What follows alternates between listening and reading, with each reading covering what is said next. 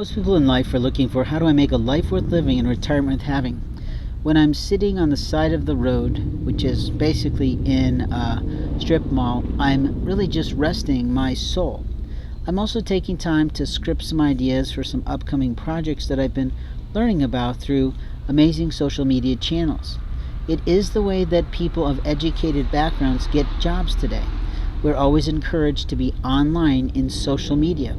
The problem is that players like to pretend to be other people. We see fraud across social media all the time. What we see are people using images that don't actually belong to them, meaning they also use names that don't actually belong to them. They can make up a name of maybe their favorite actor and they use it, but people get confused about whether or not they're the real actor or not, and that's a form of fraud. They also use images that they might clip off websites or they might pull off the internet when we look at images.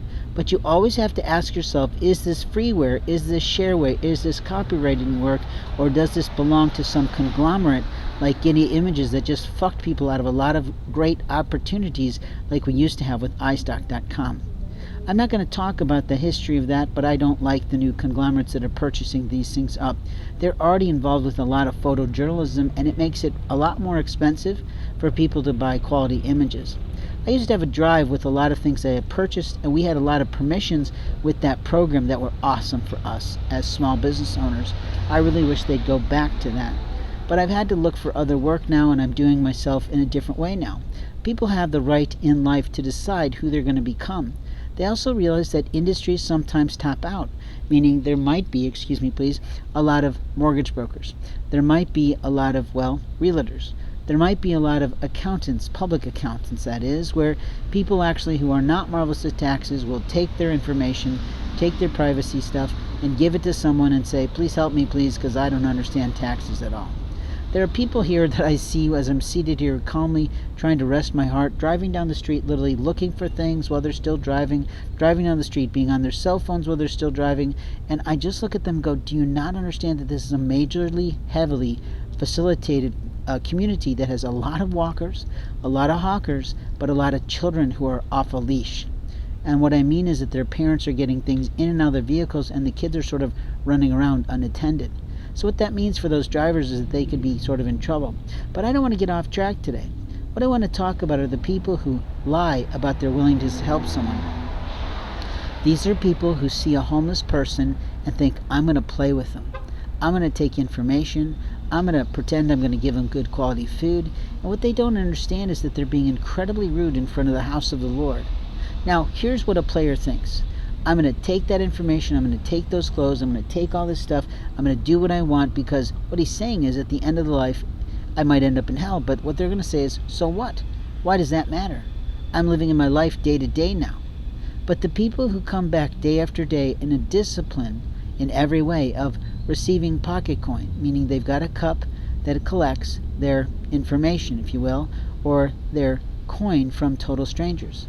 Those people, I wonder, do they have the social skills or the technological aptitude to go out and get a different type of job? Or are they lazy, like people might say I am? And I'm not lazy. I'm actually working my life in a different way because my industries, my training backgrounds, my marketing privileges, and literally my Japanese language skills are very unique to me.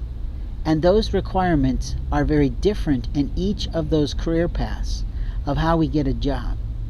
Now, I don't know you from Adam, but I had a player come up to me who was pissing all over me earlier and literally monkeying with me by grabbing his package and pulling up his shirt and just doing all sorts of mockery of me while I was sort of working on my work. And he literally just walked by me a little bit later to say, hey, I really apologize, sir, for my behavior this morning. Great. But why are you telling me this now? Are you expecting me to help you now? You see, first impressions are almost everything, but second impressions literally put you in the mud of your life. I only one time in my life have had a situation where my first impression totally monkeyed my life to become the best experience I've ever had in my life, one of the deepest lessons I should have ever learned in my life, and profoundly the best person I could have ever met in my life. Now, I'm telling you a little bit about my life to encourage you to think about the players in your life, the person that you're partnering with, the person that you are playing with, laying with, and ultimately staying with, in an intimate coupleship should tell you a lot about your life. What's that life going to be like? How difficult is it going to be? Sometimes we get foreshadowing from God and maybe people like me. The hardest part for most people in the world is that they want to believe there's a God. They want to believe in the Holy Bible. They want to be in the Holy Ghost that's talked about through almost every chapter of the New Testament. But openly, they don't want to believe that they could possibly be in trouble with God, because their version of God is a loving, healing, faithful Lord. But they don't think about the Bible aspects and the Bible stories of old that tell us about how God rebuked people with plagues, epidemics, and other sorts of, well, frogs, grasshoppers, and you name it, bad weather. But in truth, we have to think about God. And if we can't think about God in our lives, then that's okay. A lot of people don't want the idea of a polygamy God, where there's multiple types of deities that have come across the huge vastness of history, where at one point we might have had Melchizedek, at another point we might have Jesus, another point we might have Krishna, and another point we might have, well, Ganesh. But again, we're talking about different societies, different places of the literal Middle East, where a lot of our religion and a lot of our concepts of the Lord came out of throughout the history of time. Anthropologically, we can learn a lot about different peoples and natives of different origins, but here's the reality. You have to have a philosophy for your life. And if your philosophy is, I'm going to kill that, I'm going to take that, I'm going to do that, take a look at your life. Are you actually getting to where you want to go in life?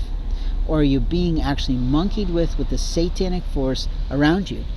Not only in people, but in other aspects of the spirit world that a lot of people love to watch at Halloween through the scary movies and the crap TV that come about that time, which are really an abomination to the Lord, because they don't truly teach the functions of the Holy Ghost or the satanic force. What I liked about the film and the movie Charmed was that those girls really sort of aligned themselves with both the light and the dark, and in some cases they tried to convert the dark. Sometimes they won, sometimes they lost, but isn't that life? That in life we have ups and downs is openly true, but who we decide to partner with in life makes our life. And people often get screwed around with their ideas about life. They often get someone whispering in their ear of, don't do that, that'll be too hard, don't do that, and we need to stop doing that. You don't have the right to tell anyone that they shouldn't do something unless it's something to do that is hateful, hurtful, harmful, violence, abuse that comes about from vanity and vice. If you're not making enough of a living for your life, it is time, absolutely time, to start evaluating, where do I have my spare time, and how can I possibly use that spare time to learn some new skills, to study a new degree, to get an additional certification that can help me to make a living for me. If you have children, then you have a full-on responsibility to use that free time to get some of those books that nobody likes to read, but they're really good, actually, most of them. From the 60 years of literal research on how to raise children today, how to raise children today. If you've got a wayward kid, meaning they're not mindful, that's probably your fault, because you didn't play right. You just thought, well, kids need freedom. Isn't he cute? Isn't he clever? No, he's not learning the rules of life. He's not learning to mind you. We also don't need the beaters and the haters and the abusers that I see in immature parents, particularly single mothers who don't read the books and don't know how to mind their children at the appropriate ages and stages of life.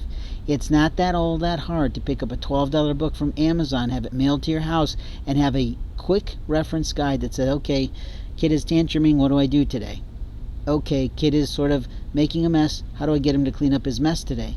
Because what you're really training from the ages of, well, roughly 3 to 5, possibly 7 or 8, is how that child is going to function for the rest of his life.